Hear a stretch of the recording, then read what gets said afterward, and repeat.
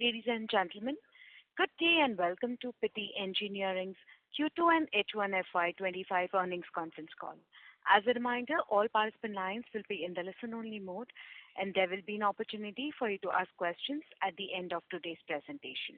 Should you need assistance during the conference call, please signal an operator by pressing star, then zero on your touch-tone phone. Please note that this conference is being recorded. Before we begin, I would like to mention that some of the statements made in today's call may be forward-looking in nature and may involve risks and uncertainties. For a list of such considerations, please refer to the earnings presentation. I would now like to hand the conference over to Mr. Akshay Pitti. Thank you, and over to you, sir. Thank you. Good evening and a warm welcome to the earnings call for Q2 and H1 FY25. We'll begin with a brief overview of the performance during the quarter, followed by the Q&A session. The past 6 months have been quite eventful for our company. As you know, we have completed the acquisitions of both Bagadia Chaitra Industries Private Limited and Dakshin Foundries Private Limited. We have also completed the merger of Pitti Castings Private Limited with Pitti Engineering Limited. Further, during the H1, we have raised rupees 359.99 crores through QIP. On the back of these developments, we have reported our best consolidated performance in H1 FY25. Consolidated revenue grew by 37.1% to 850 crores. EBITDA was up by 59.83% at 124 crore rupees. And reported PAT was higher by 105% at 57.38 crores. EPS was 16.04. On a standalone basis, our revenue in H1 was rupees 768 crores. Our EBITDA was 115 crores and PAT was 52.57 crores. Sales volume from lamination and its assemblies was 24,952 tons. Sales volume from casting and machine components was 3,636 tons. Now coming to the Q2 FY25, our consolidated revenue was 455 crores. EBITDA was 66 crores. PAT was 38 crores, registering YOY growth of 44.39%, 48.27%, and 72.74% respectively. EPS was 10.2. On a standalone basis for Q2 FY25, our revenue grew by 28.44% to 404.97 crores. EBITDA was 59.49 crores, up by 33.51%. And PAT was 34.05 crores, higher by 54.7%. Sales volume for the quarter for lamination and its assemblies was 12,514 tons. Sales of casting and machine components was 1,900 tons. The funds raised through QIP have been fully utilized towards the objects as stated in the placement document. Consolidated net debt as of 30th September was 330 crore rupees. Looking ahead, I'm confident on further improvement in our operating and financial performance as our new capacities become operational and we continue to derive synergies from our recent acquisition and merger. On that note, I would like to now start our Q&A session. Thank you very much, sir. We will now begin with the question and answer session. Anyone who wishes to ask questions may press star and one on their touch-tone phone. If you wish to withdraw yourself from the question queue, you may press star and two. Participants are requested to use only handsets while asking a question. Ladies and gentlemen, we will wait for a moment while the question queue assembles. You may please press star and one to ask questions.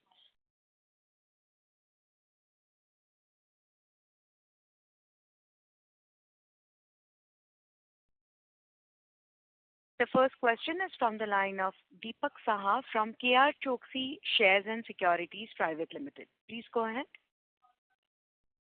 Hi, good afternoon. Am I audible? Yes, sir, you're audible. Thank you. So first of all, congrats on good set of number. So a couple of things. First, if you can help me understand the current capacity expansion that we are doing in Aurangabad facility. So once that is done, what would be our consolidated capacity overall?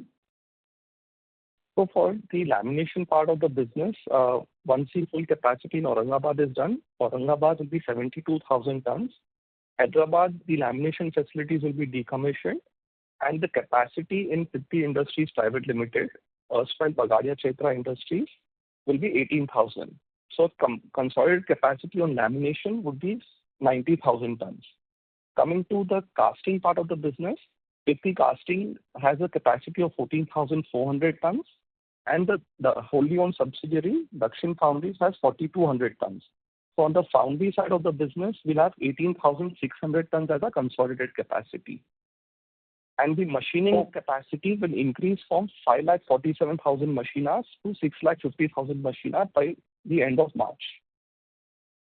Okay. And what would be our existing capacity overall for the lamination right now? So consolidated basis would be 64 plus 18, so roughly about 82,000 tons. Okay, and the 72,000 lamination that we are talking for Aurangabad facility, it would be commissioned by FY25, right? By December, it should be commissioned. We are under commissioning right now, so by December, the 72,000 tons will be commissioned in Aurangabad. Okay. So secondly, now, we have traveled quite a journey, and kudos to the entire team for where we are today. So when we look 2 to 3 years down the line, so what kind of, specific numbers we should look in terms of EBITDA per ton or say volume and PAT? If some color, if you can share that, say 2 to 3 years down the line, what are the numbers that we're looking for these specific metrics like EBITDA per ton? It could be a certain level right now, and volume and PAT. So how can we, comprehend this particular part going, 3 years down the line? Yeah, so on the lamination side of the business, on a consolidated basis for FY27, we should be looking at about 72,000 tons as our sales number. On the machine component side, we should be looking closer to about 15 to 16,000 tons as a sales number by FY27. And the EBITDA per ton would be a bad barometer going forward since, we have the casting, machining, and lamination now, which are very large parts of the overall business when compared to lamination. The revenue projection on a constant raw material basis for this operating level would be in the vicinity of 23 to 2,400 crores on a consolidated basis, and your EBITDA margin should be around 15 to 16% of revenue. That is over the long term, that 15 to 16%, because I understand this year there will be certain moderation because all the things coming and upfront cost, getting borne initially. So that 15 to 16% probably FY26, FY27 we should look for, right? Yes. Okay. And so, as per our understanding, we are probably already into the entire value chain of this, motors, say 40% or 35 to 40%. Now, is there any further plan to move deeper and, commence our journey on the copper winding side as well?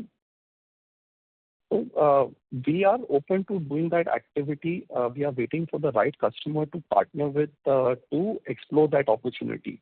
The low voltage motors or the industrial motors, the competition is very intense in the motor industry in general. So that's something we would not be interested to take up because there the margins would be compressed. We would be more inclined to do it for something like renewable energy or power generation or locomotives. So we are just waiting for the right kind of customer to partner with on that activity. Okay. And as you said, there is some kind of you're looking for more of a margin accretive penetration going ahead. So given the current context, what is the what is the trend you are picking largely from these big players within the motor space across different industries? Is there any slowdown or any sort of activity that your moderated activity that you are sensing from global OEMs? So, first, let's talk of India specifically and then globally. Barring the low voltage motors, which is more like a commodity product, we are not seeing any kind of slowdown per se in any of our customer segments. If you look at renewable energy, that's growing, mining is growing, locomotive part of the business also is growing. So only it is on the industrial motor side where we are seeing a slight amount of slowdown purely on account of price. Coming to the global scenario, we are predominantly exporting for locomotive business in North America and renewable business in Europe and North America. So there we continue to see growth as those countries are investing in green energy as well as their transportation networks. Okay, and that's really helpful. So last question before I fall back on the queue. For the full year, I mean, two things. I think initially you alluded to the overall volume number. If that once again, if you can say, I probably missed it.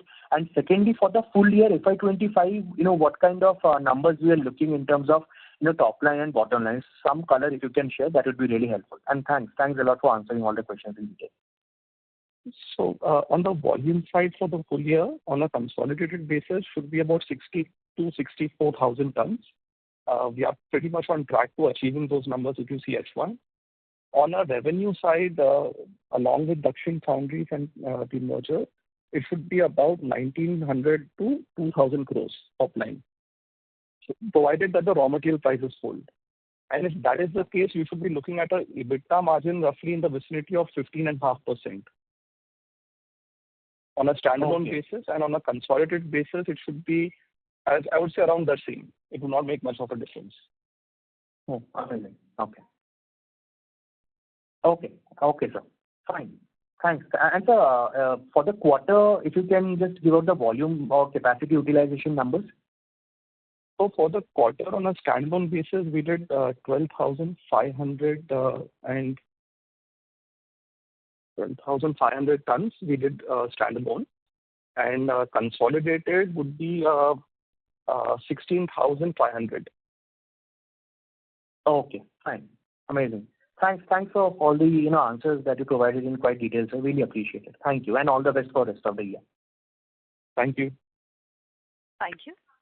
We'll take the next question from the line of Charvin from Share India. Please go ahead. Yes, hello. Thank you for the opportunity. So my question was, what is the current order book, the timeline of its execution, and any guidance on the future order book? The order book is not exactly relevant to our industry, as I've explained past also in the conference call. We are more of a B2C, B kind of a supplier to our customers, where we get our short cycle orders in the domestic side of the business. And on the export side, we have longer visibility. Overall, if I have to just give you a number on order book, it should be about 800 odd crores of revenue worth of order book executable over the next 8 to 12 months. Okay. However, we do get customer forecasts, which are quite accurate. So that's not exactly order book. It is a forecast that we receive from customers, based on which we do our capacity planning. So if I look at that slightly towards a longer term horizon, as I mentioned in my previous answer, we are looking at about 72,000 tons of sales by FY27 on the lamination side, and about 15,000 tons on the casting side. Okay. And my next question was, what is the expected volume growth in sheet metal and castings for the second half for FY25? Sorry, your line was not clear. I could not understand the question. I'm audible now? Hello? Yes. Yeah. Yes. So I wanted to know, what is the expected volume growth in sheet metal and castings for the second half of this FY25? So in H2, we would look to do about 25,000 tons from our own standalone basis, sheet metal. And at Pitti Industries, the sheet metal volume should be roughly about 6,500 for H2. In terms of casting sales, consolidated casting sales should be about 5,000 tons for H2. Okay. Thank you so much for the answer. Thank you. A reminder to all the participants that you may please press star and want to ask questions. We'll take the next question from the line of Sunny Vishe from Axis Securities. Please go ahead. Thank you. Thanks for taking my question, and congratulations on another set of strong numbers. I think you have answered a lot of questions earlier in detail, so I'll just stick to couple of questions. That is, what are expectations in terms of the working capital requirements? Because given that there has been some restatement, so I would ask the question in absolute terms. So do we see the numbers for trade payables and receivables and inventory to be constant or similar around the current level? We should see a reduction from here on. If you see, we've kind of just recently bought Bagadia and recently bought Dakshin. So as we integrate these companies, we shall be reducing the overall working capital at all our facilities through our synergy process. Okay. So going forward, you should see the inventories coming down, trade payables more or less remaining stable, as well as your trade receivables remaining more or less stable. The inventory side should come down going forward. Understood. Okay.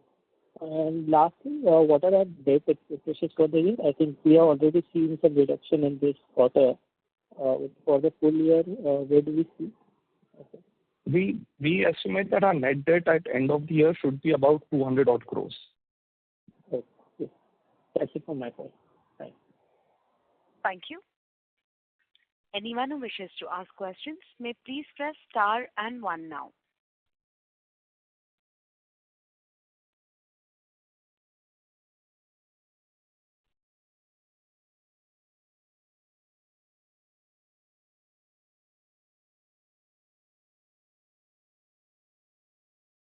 You may please press star and one to ask questions.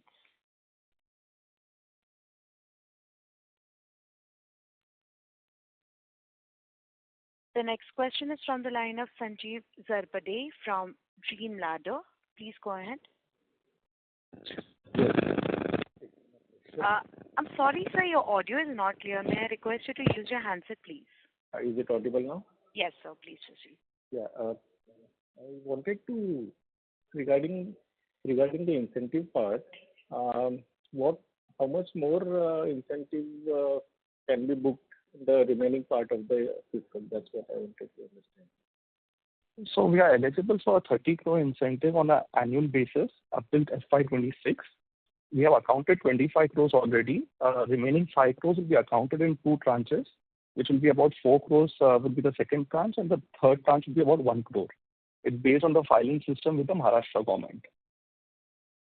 Okay. And what are the various segments that are really driving the user segments, basically, which are driving demand for the motors? So for us, the generators in data centers, wind turbine and compact hydro, mining, locomotive, these three segments are driving the maximum amount of growth as of now.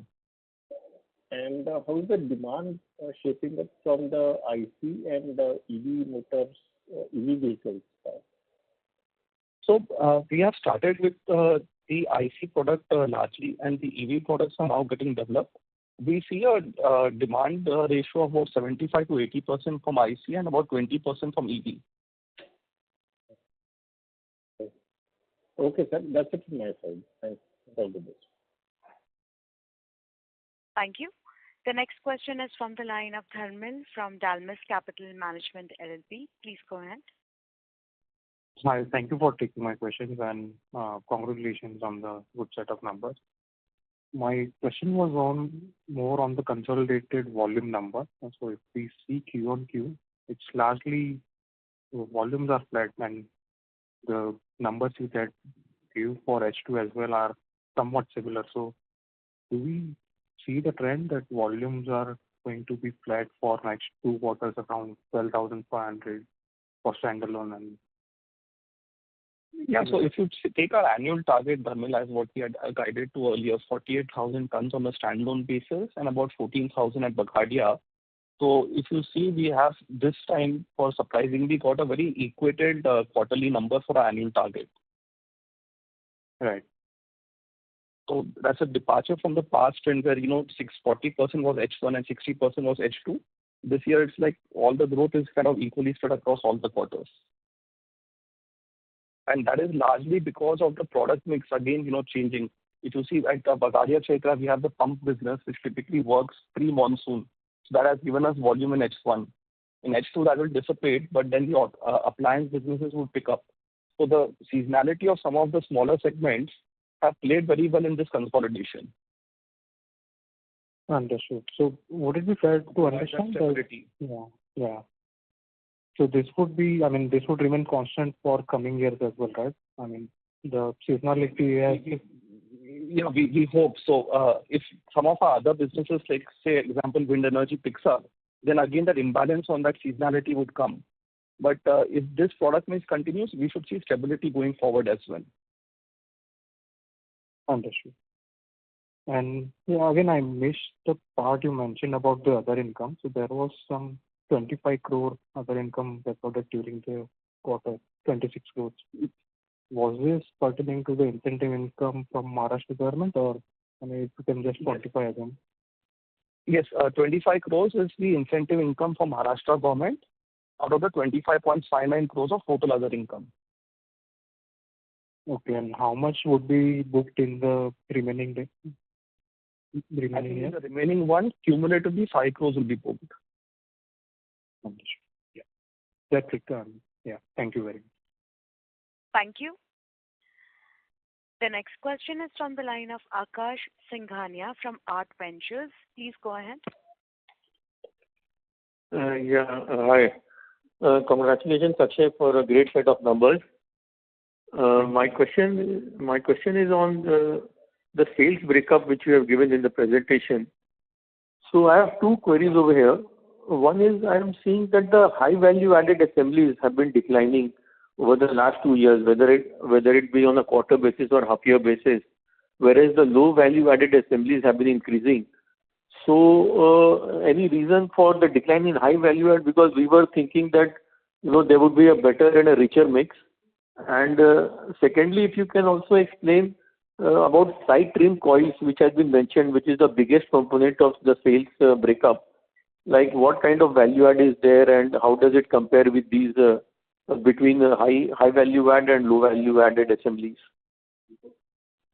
Yeah, thanks, Akash. I think that's a great question. We wanted to actually bring some insight on this entire sales breakup that we've tried to do now. If you see vis-a-vis the past data, what we started giving now, we have broken up the sales of lamination into the lamination content and the child part and shaft content as well. So it gives you a clearer understanding as to how much shafts we are making and where it is going in terms of the assembly. So earlier, the weight of child part and shaft will be bunched into the high value added assembly. We have spelled that out and segregated it. That's why if you see in quantitative terms with the prior period, it may look like a decline. But if you see in this breakup that we have given, there's a YOY increase only taking place. If you see in FY23, there's NA for shaft and child part because they were clubbed above. Okay. So the top 5 line items would be the lamination assembly in total. Now, if you come to the second part of the quantitative data, we did 1,057 tons of machine components in Q2. 635 tons was the raw casting sold. 213 tons of castings went in assembly of the stator frames. Because if you see that item, it's a combination of casting, shaft, lamination, machining, and child part. So, if we kind of add that up in that line item, it would not be fair representation of the capacity utilized. So we kind of clubbed it with the casting business. And then the last line item is scrap and side trim coils. If you look at our manufacturing process, the thumb rule input-output ratio is 1.75. So for every ton of lamination produced, about 0.75 tons of scrap also is generated.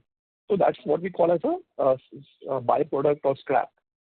The side trimming coils are, if you take the big coil which we used to buy from our steel suppliers, they typically come in, say, 1200 or 1300 mm coil size. So we cut it to the size that we require for our lamination. And the side trims, say 100 mm, 200 mm, 300 mm, are not usable in our product or our product mix. So those used to be sold in the market. These are the coils that we are now instead of selling in the market, selling to Bagadia, and they are using it as raw material. Thereby, their profitability is improving. Okay. Understood. Very clear. I think this breakup would be, very clear and transparent way of explaining to everyone the complexity of our business and why, the EBITDA per ton is not exactly a good barometer going forward with, 2 subsidiaries and the merger. Okay. Correct. No, I think this is very useful. Gives a very granular and a finer picture. I have one more question on the subsidy part or the incentive part. I think last year we had received the incentive in the March quarter. This time it looks like we have received it earlier in the September quarter. So just to understand, this year overall the incentive will be around 30 crores, out of which we have received 25. Is that correct? Yes. Let me just take you one step back. If you see in Q2FY24, we had accounted 12 crores, 70 lakh rupees of other income. So that was also the incentive income. For our Aurangabad project, we had phase 1A and 1B. So phase 1A was running at the rate of 12 crores per year for 7 years. 1B was running at the rate of 18 crores for 4 years. So the eligibility certificate for 1B had not been received earlier. We had to, finish the capacity addition and then apply for the incentive claim. So last year we accounted 12 crores in September quarter, and in one shot in the March quarter, we accounted 2 years worth of incentives for FY23 and FY24, 18 crores into 2, 36 crores in March. Hereafter, for current year and next year, it will be 30 crores only. Okay. So FY25 and 26 will be 30 crores.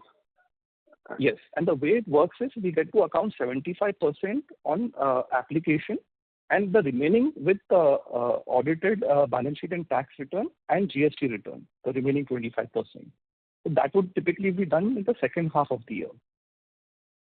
Okay. And post FY26, if 27 onwards, will the incentives be available? I think, was it for 5, 7 years or 10 years, or it expires after FY26? No, the phase 1 will be finished. Then the phase 2 will start. The ongoing capex, which will be capitalized by December, we are eligible to claim that starting FY27 for 9 years. That will be roughly about 40 crores per year. Okay. Okay, understood. Okay, I understood. Thank you so much. Thanks for the clarification and great set of numbers. Thank you, Akshay. Thank you. Thank you. Before we take the next question, a reminder to all the participants that you may please press star and one to ask questions. The next question is from the line of Charvin from Share India. Please go ahead. So I wanted to ask, what is the current EBITDA per ton and what will be the expected EBITDA per ton for the second half of the year? I'll give you the current EBITDA per ton, but if you take on the same barometer as we took last time, because we didn't have the subsidiary or the merged business, if you take the current EBITDA and take by the tonnage, it will not be very indicative. We did about 59.49 crores of EBITDA on a standalone basis, and our standalone tonnage was 12,541 tons. So the EBITDA per ton works out to about 47,436 rupees. But going forward, this would not be the right barometer. The barometer should be more like, EBITDA margin on a constant raw material cost basis. We would be looking at about 15 to 16% EBITDA margin going forward. Okay. Thank you so much. Okay. Thank you. The next question is from the line of Ishpreet Kaur from Relax Capital. Please go ahead. Hi, Akshay. Good set of numbers. Congratulations. Hello? Hello? Yeah, hi. Thank you. Yeah. Hi. I just wanted to check, so leaving apart the new acquisitions, what would have been the sales growth apart from the new acquisitions? The sales, sorry? The sales growth number apart from the new acquisition. So on a standalone basis, we did about 379 crores of revenue. Okay, so just seeing the Operation. standalone numbers.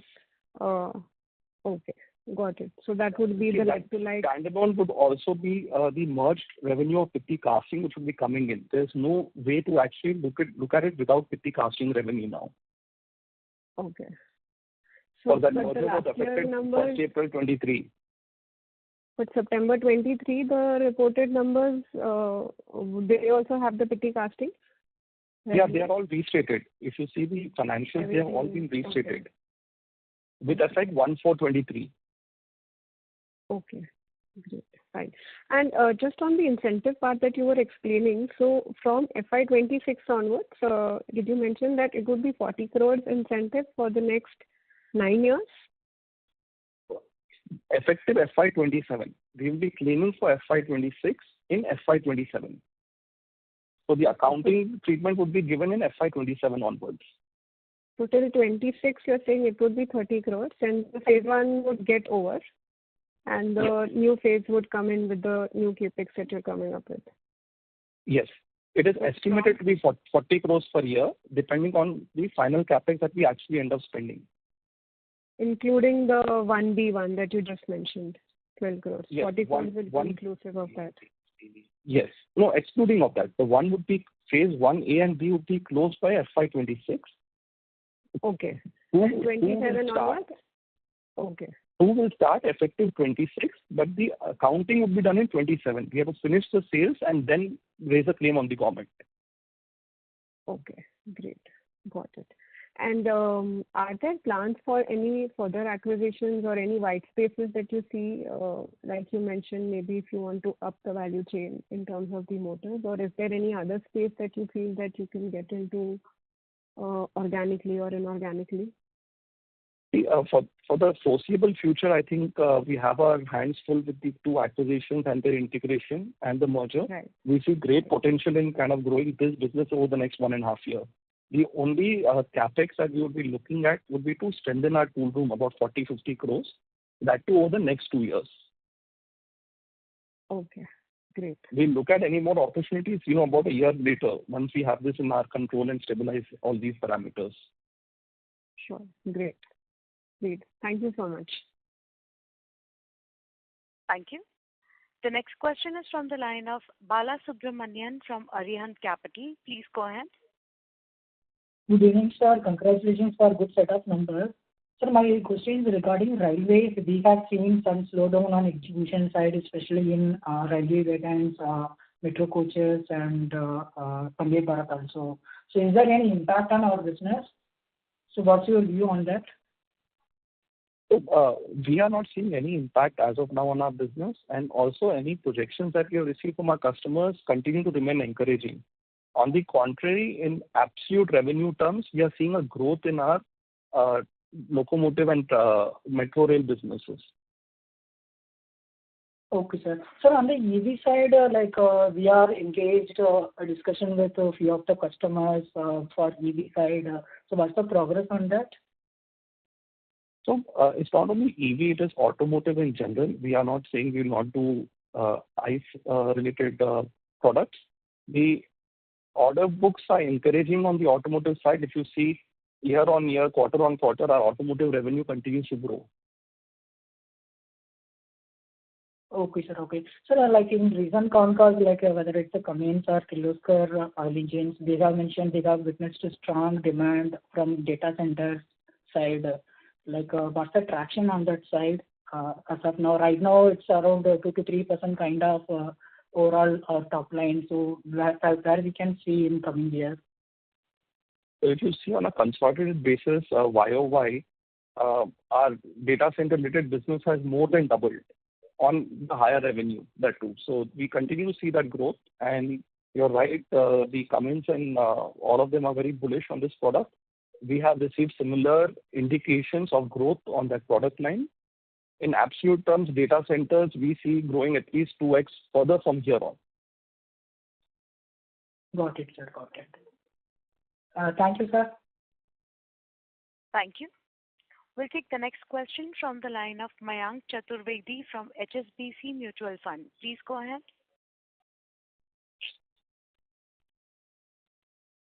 Mr. Chaturvedi, I have unmuted your line. Please proceed. Yeah, hi, sorry. Congratulations, Akshay, on a great set of numbers. Just wanted to draw more of your insights on this comment that you made, that is witnessing a slight amount of slowdown in the steel motors purely because of price. Maybe if you can elaborate a bit on that, where exactly is the pain point coming from? Because as we understand, prices for low voltage motors have been subdued for the last 6-7 months. And is there an uptick that you're seeing which is causing the slowdown? Any comments on that? So the prices of those motors continue to remain at rock bottom, and therefore the customer expectation on pricing also remains rock bottom. We are seeing lot of import possibilities from China. The raw material prices have kind of fallen off in China, and that typically affects this segment because this is more of a commodity, like I mentioned. If you see the consolidated revenue, this segment was about 13.5% of revenue last year, Q2. It has shrunk to 11.5%. So while it has in absolute terms not degrown, it has not grown like how the other sectors have grown, such as power generation, data centers, renewable, mining, oil and gas. We are just slightly cautious about this segment going forward, while we are not perturbed by it because the growth in the other segments is more than offsetting any potential losses in the future from this segment.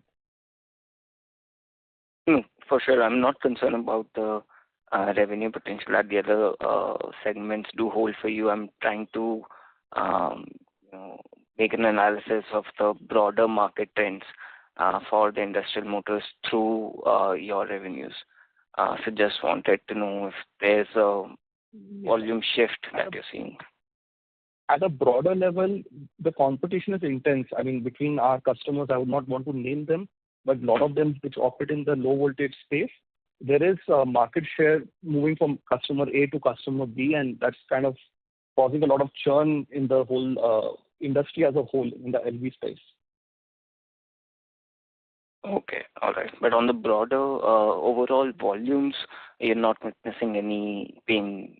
Is that would that be right understanding? No. Yeah, that's absolutely right. Overall volumes, not much concern, but within the customer space, there's a churn. All right. Okay. All right. Thanks. That's from my side. Thank you. The next question is from the line of Akash Singhania from Art Ventures. Please go ahead. Yeah, hi, Akshay. Just one more query. You mentioned that the debt would be increasing, I think, from 330 crores now to 400 crores to 400 by the end of the year. So how much of capex you are doing second half and next year, and what is leading to the increase? No, it will come down to 200, Akash. Okay, sorry. It will come down to 200. So the way we look at it, the incentive claim that we've done in April, so in March, we have yet to receive from the government. We typically receive it by December, March. So that money will come in. While it's accounted, the cash flow has not come in yet. And the cash accruals on a consolidated basis, along with the inventory reduction, will contribute about 150 to 160 crores of cash coming in, of which about 50 crores is capital expenditure planned. So we see about 120 crores of net debt reduction taking place as a result. Okay. Thanks for the clarification. Fantastic. Yeah. Thank you. Thank you. Participants, you may please press star and 1 to ask questions at this time.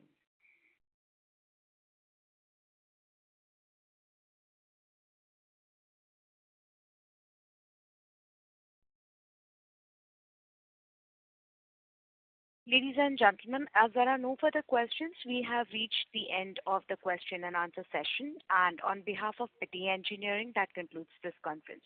Thank you all for joining us. For further queries on visiting the plant, please be in touch with Mr. Ramanaidu from Intellect PR on 9920209623. I repeat, 9920209623. Thank you for joining us, and you may have a wonderful day. Thank you. And you may disconnect the lines.